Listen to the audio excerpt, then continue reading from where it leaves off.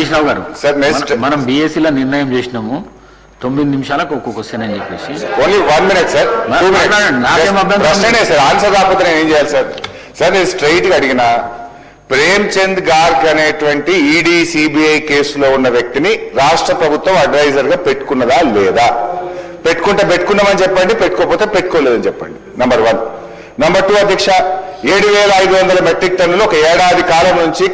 కాకినాడ పోర్టులో పడున్నమాట వాస్తవమా ఆ బియ్యం పరిస్థితి ఏంది దానివల్ల లాభం వచ్చిందా నష్టం వచ్చిందా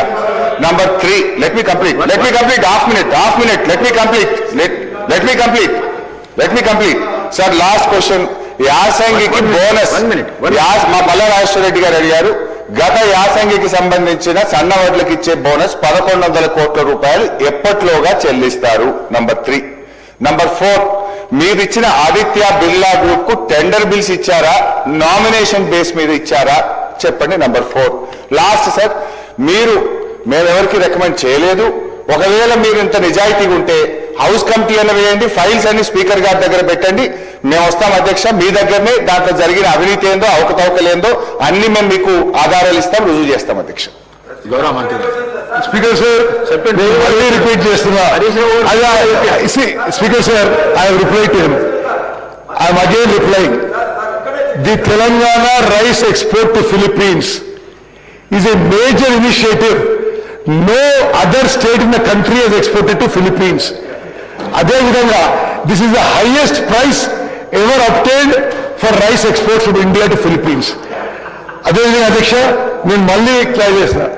మీకెవరి మీద ఇంట్రెస్ట్ ఉండొచ్చు మీరెవరి మీద రికమెండ్ చేసిండ్రు